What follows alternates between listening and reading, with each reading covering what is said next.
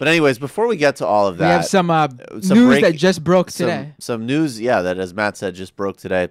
Attorney General Eric Holder stepping down. By all accounts, it's his decision. The administration, President Obama was happy to have him stay through the rest of the term and serve a full 8 years. And that makes sense. They've stuck with Holder through controversies, some controversies that were drummed up in nonsense by Republicans like Fast and Furious, and other things where Holder was frankly complicit in some incredibly problematic administration policies. And obviously there's no reason why they'd want him to go for being complicit in their wrongheaded policy initiatives. He's the first African-American attorney general. And I think it's really, it's not often in public life that you can feel as fully ambivalent about somebody as I feel about Eric Holder. I think his record on civil rights, his push to reform sentencing laws, his honesty about race, calling us a nation of cowards several years ago, created a huge backlash. But there's no doubt that, of course, we are when we talk about race.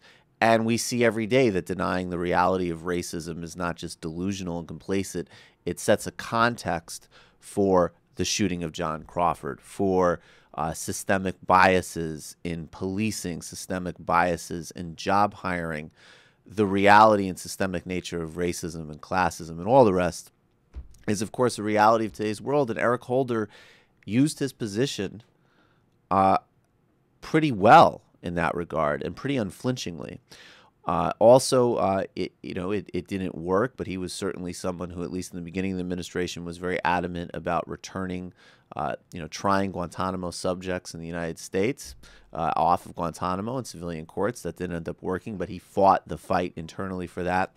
And then the other thing is that there's no doubt that a very large reason that he has been so slammed and harassed by Republicans is that, particularly maybe in the first couple of years of the administration, when they felt some need to not fully unleash on President Obama, Eric Holder, as another black senior official, was the kind of absorbing these body blows aimed at President Obama, essentially, that couldn't be aimed in the same way.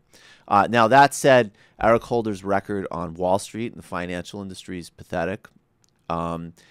Criminal accountability for the financial sector is not just about retribution and making us feel better. It's literally about the future safety and security of the American economy, because not holding criminal accountability and not holding a completely failed institutional structure that wiped out the American economy and hurt the global economy profoundly, not holding it to account obviously sets the stage for future events like this.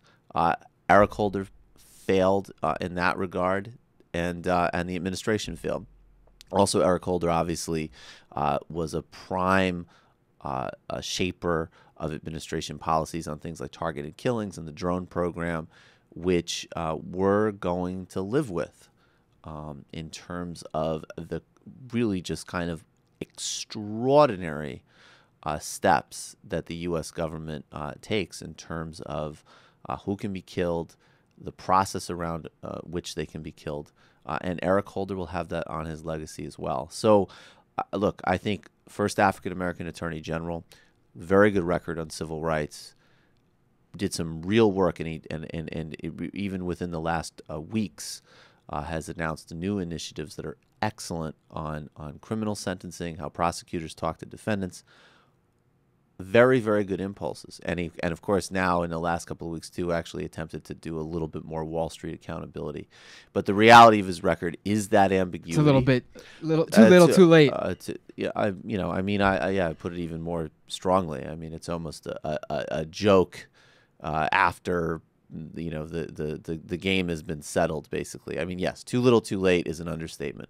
But a genuinely ambiguous record. And I think, again, like with President Obama, some of the vitriol and the attacks on him, I'm very mindful of the racial context of them and just the reality of who he was and what his appointment signified. So anyways, that's Eric Holder.